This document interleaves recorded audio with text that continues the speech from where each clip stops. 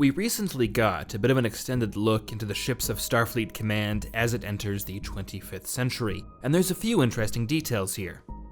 The first is that Starfleet Command appears to have abandoned the so-called copy and paste fleet we previously saw respond to the Romulans over Capellius. Or maybe it was just a massive coincidence that every ship that arrived just happened to be of the same class. Regardless, Federation fleets are looking much more diverse. Let's start with a personal favorite, the Sovereign class of exploratory cruiser, of which the Enterprise E was a member. The presence of 2 Sovereigns in this fleet alone gives some pretty good evidence that the class has entered into mass production, likely following the same trajectory as the Galaxy class, which expanded from the initial 6 starships to maybe as many as hundreds. Next we have the Akira class, which was the foundation of Federation fleets during the Dominion War, and it's a quarter century old at this point, but that's still relatively young in Starfleet terms. You have to imagine that by now there's one of these on every street corner. Now in terms of being relatively young, the same can't be said for the Excelsior class, roughly 114 years old at this point, but it has aged tremendously well. Now it should be noted that Starfleet does use the Excelsior class chassis as the basis for other classes of starship, but as far as I can tell, this is not only a stock Excelsior class, but the USS Excelsior NCC 2000 itself. That might make it somewhere near the top of the longest-serving Starfleet vessels in history. Interestingly though, the prows of its nacelles glow red now, so it probably underwent some kind of refit. Now those are some pretty well-known classes of Starfleet ships, either for their widespread use or their famous exploits, but now we get to some lesser, likely newer types of vessels. We have the Inquiry class, the same class that was exclusively present over Capellius. This class has been described as the fastest, toughest ship in Starfleet, but seems to have taken a bit of a back seat here.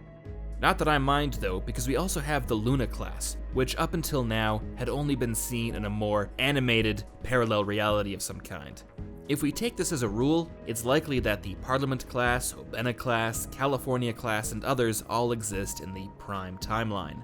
Front and center though, we have the lead ship of the Stargazer class, seemingly named that very deliberately because its 4 nacelles are reminiscent of the Constellation class of which the original Stargazer was a member. It's very likely the newest Federation ship in service and incorporates technology derived from that of the Borg.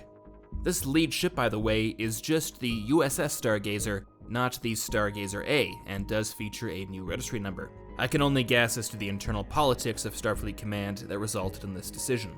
Now, the next 4 ship classes are very interesting, in that they also originally appeared in an alternate reality and now make their debut in the Prime timeline. There is the Sutherland class, which is either an entirely new design or a heavily modified Nebula class, altered to the point where it requires a new designation. It was likely named for the USS Sutherland, a Nebula-class vessel that helped expose the Romulan involvement in the Klingon Civil War of 2368 and later participated in the Dominion War.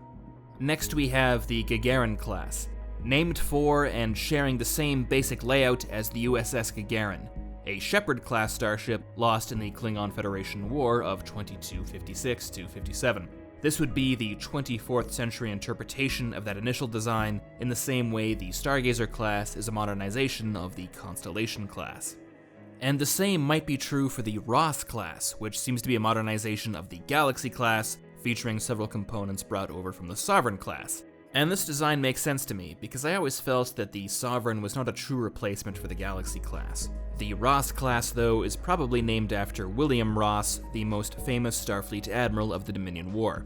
And we end with the Reliant class, and perhaps a bit of melancholy. This is certainly named for the USS Reliant, a Miranda-class starship that was destroyed after its capture by Khan. The implication here seems to be that the Reliant class is either a very heavy refit or a complete replacement of the Miranda, which had faithfully served Starfleet for well over a century. While they were clearly outmatched by the era of the Dominion War, it will take a long while before a Federation fleet without one doesn't feel just a little bit strange.